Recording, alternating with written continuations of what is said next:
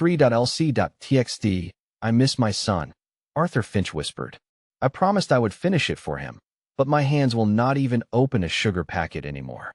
At 8:17 that morning, the 80-year-old veteran sat alone in the corner booth of the Morning Glory diner with a faded photograph of Daniel pressed beneath his trembling thumb, an unopened white sugar packet bent in his other hand, and a cup of coffee growing cold in front of him. His jacket sleeve was frayed at the cuff, his old service cap sat crooked beside the plate, and the photograph showed a smiling young man in uniform holding a half-built birdhouse that would never be finished by the hands that started it. By sundown, Art would have to face Daniel's birthday alone, with that unfinished birdhouse still waiting in his backyard like a promise he had failed to keep. His lips moved again, almost soundless. I cannot do it without him. That was when the diner door opened, the morning chatter thinned into silence, and Eli Thorne stepped inside, his creaking Hell's Angels leather vest dark against the yellow diner walls, his massive shadow stretching across the checkered floor toward Art's corner booth, like Trouble had learned how to stand on two boots. Eli did not move toward Art right away. He stopped just inside the doorway, broad-shouldered and still, letting the room decide what it thought of him before he decided what to do with the sorrow he had just heard. Behind him, Mac stepped in quietly, his boots heavy on the diner floor, his leather dark against the bright walls and polished counter. A few customers looked down at their plates. A waitress tightened her grip around the coffee pot. Eli noticed all of it, but his eyes kept returning to the old veteran in the corner booth, to the photograph under his thumb, to the unopened sugar packet bent in his trembling hand. He had seen men break loudly before. This was worse. Art Finch was breaking in silence. Betty, the diner owner, a woman who knew every face and every story in Maple Creek, eyed the bikers warily from behind the counter. Her hand hovered near the coffee pot, a silent hesitation that spoke volumes about her cautious nature. These men, with their leather and their quiet intensity, were not local, and Betty's instincts were always to protect her regulars, especially someone like Art. When Eli's gaze stayed on Art too long, Betty stepped slightly out from behind the counter, the coffee pot still in her hand. Art has had a hard morning, she said quietly, her voice polite but protective. Eli did not take offense. He only lowered his chin and answered, I can see that, ma'am. That is why I am standing still. Art, still lost in his thoughts, seemed oblivious to the new arrivals, or the subtle shift in the diner's atmosphere. His world had shrunk to the small, rectangular image in his hands, a private universe of memory and sorrow. Eli, however, had not moved far from the doorway. He watched Art's trembling hands, the way his knuckles were white as he clutched the photograph, the weight of the moment pressing down on the old man. The deep sadness in the veteran's eyes was like a physical weight, making his shoulders sag just a little more, pulling him deeper into his private world. As Art shifted slightly, his gaze still fixed on the picture, Eli caught a clearer glimpse of the image. It showed a young man smiling in a crisp military uniform, holding a small half-built birdhouse against his chest like he had been proud of it. A quiet understanding began to dawn in Eli's mind, a familiar recognition. He had seen that uniform before, worn by men who carried the weight of service and the pride of their families, men who sometimes paid the ultimate price. The lines on Art's face, which Eli had initially read as simply age, now seemed to deepen with a different kind of sorrow, one tied to sacrifice and loss, a grief that felt both personal and universal. Eli remembered his own younger brother, Mark. Mark had not been a soldier, but his life had ended just as suddenly, a motorcycle accident on a clear summer day years ago, leaving a gaping hole in Eli's world. The shock, the hollow ache, the way certain objects could suddenly hold an unbearable weight of memory. Eli knew it all too well. He understood the quiet, internal battle that Art was fighting, a battle against a grief that refused to loosen its grip, a constant companion that drained the color from the world. After a moment, Eli and Mac moved to a booth near the window, but Eli's attention never left Art. Betty, meanwhile, approached their table, her expression still reserved, her movements precise as she placed menus before them. Eli ordered 2 coffees, his voice low and steady, his eyes briefly meeting Betty's before returning to Art. He did not want to startle the old man, but he also could not simply ignore the profound sorrow he witnessed in the corner booth. The scent of brewing coffee and frying bacon filled the diner, a comforting aroma for most, but for Eli, the air around Art seemed to carry a different, heavier atmosphere, thick with unspoken pain. He wondered what story the photograph held, what memories were playing behind Art's tired eyes, what unfinishable tasks now weighed on his heart. The image of the young man in uniform stayed with him, a silent question waiting for an answer, pulling at a thread of empathy Eli had long carried, a quiet call to action. The other diner patrons kept their distance from the bikers, their low murmurs a quiet counterpoint to the clinking of silverware and the gentle sizzle from the kitchen. Forks paused halfway to mouths, and conversations drifted into hushed tones, a small town's natural wariness of the unfamiliar, a cautious curiosity that kept them observing from a safe distance.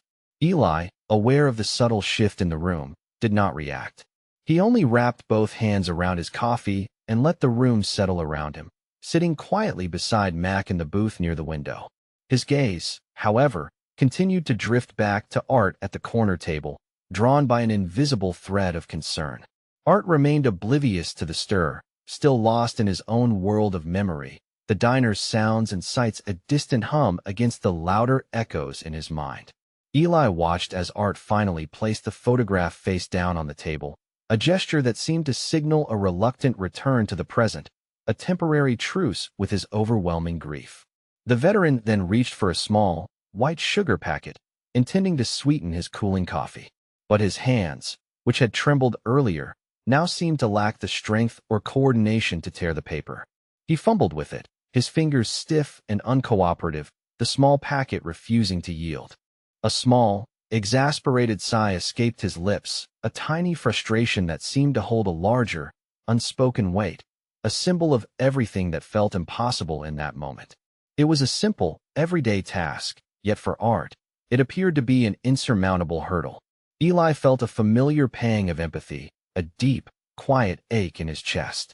It was the same feeling that had washed over him years ago, after the sudden loss of his own younger brother, Mark. Mark had died in a motorcycle accident, a senseless, swift event that had left a gaping hole in Eli's world, a void that sometimes still felt fresh. For months afterward, even the simplest tasks had felt impossible, overshadowed by a grief that made every movement heavy, every decision a struggle. He remembered the way his own hands had sometimes refused to cooperate, the way his mind had drifted, unable to focus on the mundane.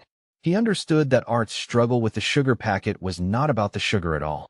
It was about the exhaustion of grief, the way sorrow could drain a person of their everyday capabilities, leaving them feeling helpless and profoundly alone. Eli watched Art finally give up on the packet, pushing it aside with a defeated slump of his shoulders. The veteran picked up his coffee cup, taking a slow, unsweetened sip, his eyes staring blankly out the window, seeing nothing but the reflections of his own pain. Eli knew that look. It was the look of someone who had lost their way, not on a road, but within themselves, adrift in a sea of sorrow. The concern stayed with him. He could not shake the image of Art's trembling hands, or the raw sadness in his eyes. There was a story there, a quiet plea for help that was not being spoken aloud, and Eli knew he could not simply leave it alone. Eli finished his coffee, the warmth of the ceramic mug doing little to ease the quiet knot of concern that had settled in his stomach. He watched Art for another moment, the old man still staring out the window, seemingly unaware of the world around him, his coffee untouched again. The image of Art struggling with the sugar packet and the profound sadness that permeated his entire being lingered in Eli's mind. He knew he could not simply leave, not with that heavy silence hanging in the air. Rising from his booth, Eli carried his empty cup towards the counter, a natural path that would take him past Art's table. He moved slowly, deliberately, his large frame careful not to make any sudden movements, not wanting to startle the veteran from his fragile piece too abruptly. As he approached, he saw the faded photograph still lying face down on the table, a silent testament to the memories Art held so tightly, a barrier against the present. Eli paused, his large frame momentarily casting a shadow over Art's booth, a gentle intrusion into the old man's private world. He lowered his voice, making sure it was gentle, almost a murmur, so as not to break the fragile peace around the old man too abruptly. Rough morning, friend? Eli asked, his tone filled with an unexpected kindness that seemed to soften the edges of his imposing appearance, a genuine query that cut through the diner's background noise. Art looked up sharply, his eyes hazy, as if he were surfacing from a deep, dark pool of memory and sorrow. He blinked, his gaze unfocused for a moment before slowly settling on Eli's face. There was a flicker of surprise, then a weary resignation, as if he had been caught in a moment he wished to keep private. Always without Daniel. Art mumbled, his voice thin and raspy, barely above a whisper, the name of his son a painful utterance. He made a vague, trembling gesture with his hand towards the photograph, then let it drop to his lap, the effort seemingly too much. He was going to help me with it. Now, I cannot. Art did not elaborate, did not offer details about Daniel or the it he spoke of. He simply looked away, his eyes returning to the window, but the raw grief in his voice was clear, unmistakable. It was not just sadness. It was a deep, aching loss that permeated every word, every hesitant movement, a profound helplessness that resonated with Eli. Eli stood there for a moment longer, not pressing for more information, but letting the weight of Art's words settle around him, allowing the veteran his space. He saw the way Art's shoulders seemed to slump even further, the way his gaze remained distant, lost once more. The veteran was not asking for help, but his quiet despair was a plea all the same. Eli felt the familiar ache in his own chest, a reminder of his brother Mark, and the sudden, unfinishable projects that grief could leave behind, the dreams that remained forever incomplete. He knew this was more than just a rough morning. It was a life lived under a heavy cloud, a spirit struggling to find its way. Eli nodded slowly, a silent acknowledgement of Art's unspoken pain, a gesture of understanding that transcended words. He understood that sometimes the hardest part was not the task itself, but the inability to face it alone. He left his cup at the counter, his mind already turning over the veteran's words, a quiet resolve beginning to form, a sense of purpose taking root. Eli returned to his table, the veteran's whispered words echoing in his mind, a haunting refrain. He was going to help me with it. Now, I cannot. The phrase hung heavy, a silent testament to a life interrupted, a promise left unfulfilled, a future irrevocably altered. Eli knew that feeling, the sharp pang of an unfinished project, a shared dream left hanging in the air after a sudden loss. It was the same hollow ache he had carried for years after Mark's accident, the memory of a fishing trip they had planned, a classic boat they were going to restore together, sanding down the hull, varnishing the trim, dreaming of open water.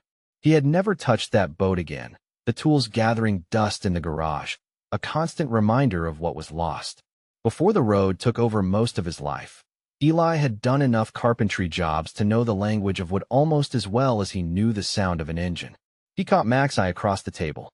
Mac, who had known Eli for decades, since they were just young men finding their way, saw the shift in his friend's expression, the subtle tightening around his jaw that signaled a deeper thought, a quiet decision being made, a familiar intensity in his gaze. Max simply nodded, a silent communication passing between them, an unspoken understanding of Eli's often unconventional path to helping those in need, a path that sometimes led to unexpected places.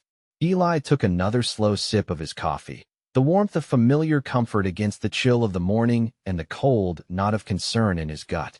He thought about Art, about the trembling hands, the faded photograph, the deep, quiet sorrow that seemed to emanate from the old man like a visible aura, a palpable weight in the air around him. It was not just about a sugar packet or a rough morning. It was about a man drowning in grief, unable to complete something important, something that connected him to a lost loved one, a final thread of connection that was fraying. Eli made his decision. It was not a loud, dramatic choice, but a quiet, firm resolve that settled deep within him, a certainty that this was something he had to do. He pushed his chair back, the scrape of the legs on the tiled floor drawing a few glances, but Eli did not notice. His focus was entirely on Art, on the quiet despair he had witnessed. He walked back to Art's table, moving with the same deliberate calm as before, his presence a respectful but firm intrusion. He did not want to intrude, but he could not simply walk away, not when he felt such a strong pull to help. "Sir," Eli said, his voice low and steady, making sure Art heard him clearly this time, his tone carrying a quiet authority mixed with genuine compassion. "My name is Eli. I could not help but notice you might need a hand with something. I am handy with wood, carpentry, small repairs, that kind of thing. No charge. Just an offer, if you need a hand." He kept his tone even, respectful, offering help without demanding details, without making Art feel like a charity case, simply extending a hand in fellowship. He simply stood there, waiting, allowing Art the space to accept or decline, to process the unexpected offer from a stranger who looked like he belonged on a motorcycle, not in a quiet diner offering to fix things.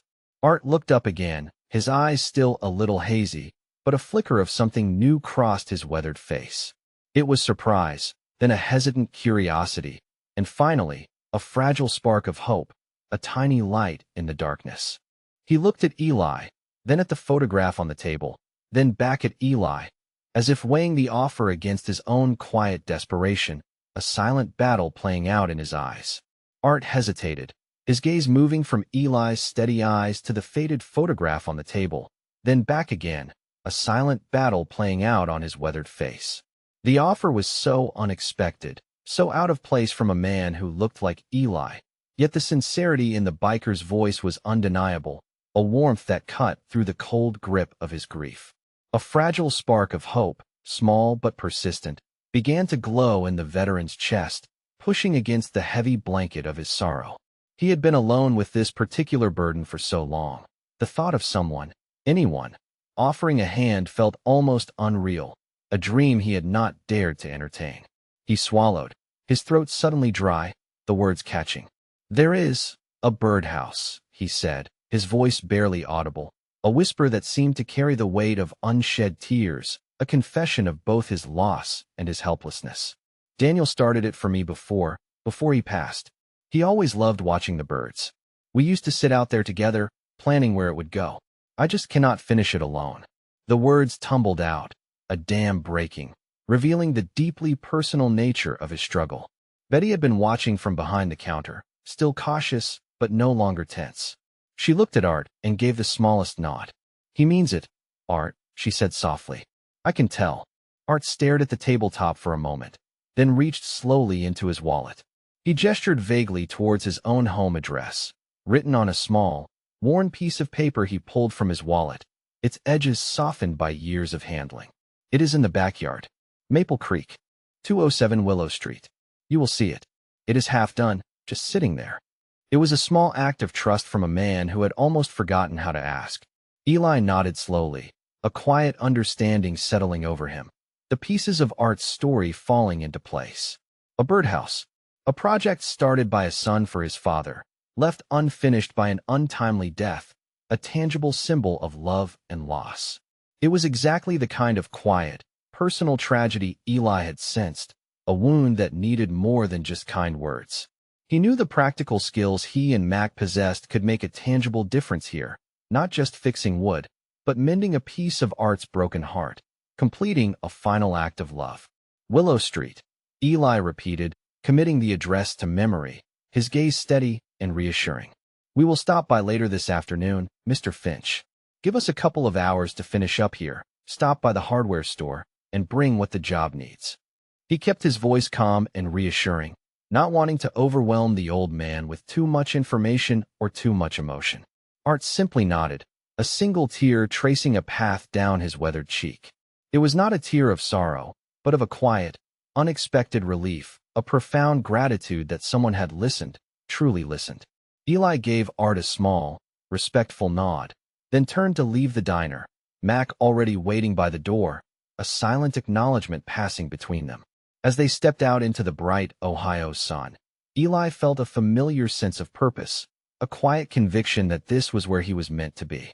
It was not about grand gestures or loud declarations. It was about showing up, quietly, when someone needed a hand, especially when that hand was offered in memory of a son who could no longer offer his own. Later that afternoon, the distinct rumble of two motorcycles broke the quiet peace of Willow Street in Maple Creek. Eli and Mac pulled up to number 207, a small, neat house with a well-tended but slightly overgrown rose bush near the porch, its pink blooms just beginning to open. The paint on the house was a soft, faded blue, and a small American flag, its colors muted by time, hung proudly but a little crookedly by the front door, a testament to the veteran within. Eli cut his engine, the sudden silence feeling heavy in the warm air, broken only by the chirping of unseen birds. He and Mac dismounted, their leather vests and sturdy boots a stark contrast to the quiet suburban street, drawing a few curious glances from a neighbor watering her lawn. Art Finch was already on his porch, sitting in a worn wooden chair, watching their arrival with a mixture of apprehension and a fragile hope, his hands clasped loosely in his lap. He did not immediately stand, but simply watched them, his gaze fixed, a silent question in his eyes. Eli offered a small, respectful nod to Art, a gesture of reassurance, then led Mac around to the side of the house, following the narrow, flagstone path Art had indicated. The backyard was modest, enclosed by a low wooden fence, and surprisingly green, a small oasis of calm. In the center, near a small, neglected workbench covered with a thin layer of dust, was the object of their visit. Propped against the rough wood of the bench, just as Art had described, was the unfinished birdhouse. It was half-assembled, some pieces of pine carefully cut and fitted, the joints clean and precise, others still rough-hewn, waiting for a saw and a steady hand. Eli knelt, examining the work, his gloved fingers running over the smooth grain of one completed wall, then feeling the rougher edge of a piece still needing attention. He noticed a faint, almost invisible carving on one of the side panels, barely discernible beneath a film of dust. The initials D.F. Daniel Finch. A tangible connection to Art's lost son, a silent signature of love. The sight of the initials, so small and personal, deepened Eli's resolve. This was more than just a repair. It was a memorial, a final act of love left incomplete, a promise waiting to be fulfilled. Mac joined him, his gaze also taking in the birdhouse and the quiet sadness it represented. Mac had built porch steps and fence gates for half the widows in his county, and one look at the roof angle told him where Daniel had planned to go next. "Looks like Daniel had a good start," Mac observed quietly, his voice low and respectful. Eli nodded. "He did. Just needs a little finishing." They began to assess the task, Eli pointing out the remaining cuts, the precise angles needed for the roof pieces, the sanding required to smooth the edges, the way the final sections would fit together. From their bikes, they retrieved a canvas roll of tools, a small, sharp handsaw, a block plane, various grades of sandpaper, a bottle of waterproof wood glue, and a set of small clamps. Art, from his porch, watched them with a quiet intensity, his apprehension slowly giving way to a quiet awe. He saw the way Eli and Mac moved, not with the hurried efficiency of strangers, but with a careful, almost reverent attention to the wood, to the memory it held. They did not speak much, their communication more through gestures and shared glances, a practiced teamwork. Eli took a piece of rough lumber, measuring it against an existing cut with a practiced eye. The soft rasp of the saw began, a rhythmic sound that slowly filled the backyard, a sound Art had not heard in a long time, a sound that brought back vivid memories of Daniel working diligently, humming a tune as he shaped the wood, his brow furrowed in concentration. The quiet concentration of the two bikers, their focused movements, and the emerging scent of fresh pine slowly began to ease the tight knot in Art's chest, a gentle balm to his wounded spirit. He watched them, not as strangers, but as unexpected artisans, carefully piecing together a memory that had been left fragmented, giving it new life. The birdhouse, slowly taking shape, was becoming a bridge between his grief and a fragile new hope. Art sat on his porch swing, the gentle creak of the chains a quiet counterpoint to the sounds emanating from his backyard. He watched Eli and Mac work, their figures framed by the budding leaves of his old oak tree, its branches just beginning to unfurl their spring green. The sun was beginning its slow descent, casting long shadows across the lawn, but the light still caught the glint of sawdust as it flew from Eli's saw, a tiny, glittering cloud. The air was filled with the clean, earthy smell of fresh-cut pine, a scent that stirred old memories in Art's mind, memories of his son Daniel. of shared projects and quiet conversations in the garage, the comforting aroma of wood and purpose. Eli and Mac worked steadily, their movements precise and respectful, each action deliberate and measured. They did not talk much, their communication mostly in nods and shared glances, letting the sound of tools and the smell of fresh wood fill the air, creating a meditative rhythm. The rhythmic rasp of the sandpaper against the grain, smoothing rough edges, the soft tap of a hammer setting a small nail, the careful application of wood glue along a joint. Each sound was a balm to Art's soul, a quiet symphony of healing. He saw Eli carefully fit a small, intricately cut piece into place, then Max steadying another section while Eli clamped it tight, their hands working in practiced unison. They were not just assembling wood. They were piecing together a memory, a fragment of his son's last project, giving it form and substance. Art's hands, which had trembled with frustration earlier that morning, now rested quietly in his lap. For the first time all day, his fingers were not clenched. His grief was not gone, and it never would be, but for once it felt held by something gentler than silence. As the last piece was fitted, a small, sturdy roof designed to protect tiny feathered inhabitants from the elements, Eli stepped back, wiping his hands on a rag. He looked at the completed birdhouse, then at Mac, a silent acknowledgement of a job well done, a quiet pride in their shared effort. Then, with careful, almost reverent hands, Eli picked up the birdhouse. He walked over to a weathered wooden post near Art's favorite rose bush, a spot where Daniel had always said the birds would have the best view of the garden, a perfect, sun-drenched perch. Eli gently placed the finished birdhouse on the post, securing it with a few quick, practiced turns of a screwdriver, making sure it was sturdy and level. Just as Eli tightened the last screw, a small sparrow landed on the fence and tilted its head toward the new birdhouse. Art let out a broken laugh through his tears. Daniel always said they would come if we built it right, he whispered. It was not perfect, perhaps a little rough around the edges in places where Daniel had left off, but it was complete. It was a tangible connection to Daniel, a symbol of love and a promise fulfilled, a silent testament to his son's devotion.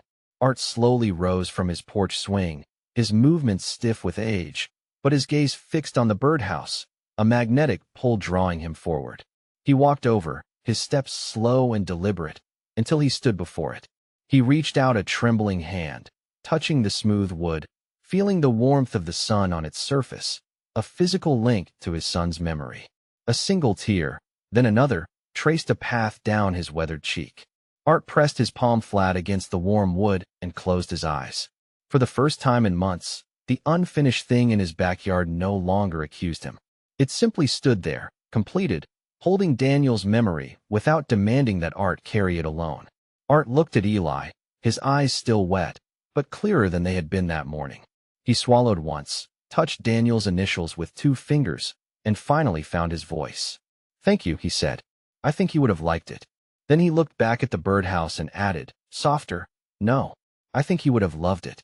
Eli nodded, a quiet understanding in his eyes, a shared moment of human connection passing between the veteran and the biker, 2 men who understood loss in their own ways, their experiences converging in this quiet act of service. Mac, standing a respectful distance away, also offered a small, almost imperceptible nod to Art, his expression serious and calm, a silent acknowledgement of their shared purpose. There was no need for fanfare or elaborate goodbyes. The work was done, the kindness delivered, and the quiet dignity of the moment was enough, speaking volumes without a single extra word. Eli and Mac gathered their tools, carefully packing them back into their canvas roll, each item placed with precision. They made sure the small shed door was latched and that no stray pieces of wood or sawdust remained, leaving the backyard as tidy as they had found it. Their departure was as understated as their help, a quiet rumble of engines as they started their motorcycles and pulled away from Willow Street, disappearing down the road as quickly and unobtrusively as they had arrived.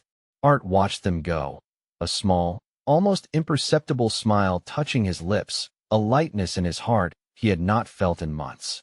He then turned his attention back to the birdhouse. He walked slowly towards it, his steps lighter than they had been in months, a new spring in his stride. He reached out, his fingers gently tracing the smooth wood, feeling the warmth of the afternoon sun on its surface. He saw Daniel's faintly carved initials, now part of a completed whole, no longer a fragment of what might have been, but a finished legacy. The birdhouse was not just finished. It was a testament to his son's memory, a tangible connection to the love that still bound them, a promise kept. Art's grief for Daniel was still there. It would always be there. But when the afternoon light touched the small roof of the birdhouse, the grief no longer felt like an empty place. It felt like a place where love had been allowed to remain. Art stood in the garden long after the motorcycles were gone, listening to the small sparrow on the fence and resting one hand against the post Daniel had chosen. This story is a fictional narrative created for entertainment, reflection, and educational purposes. Any resemblance to real people, places, or events is purely coincidental.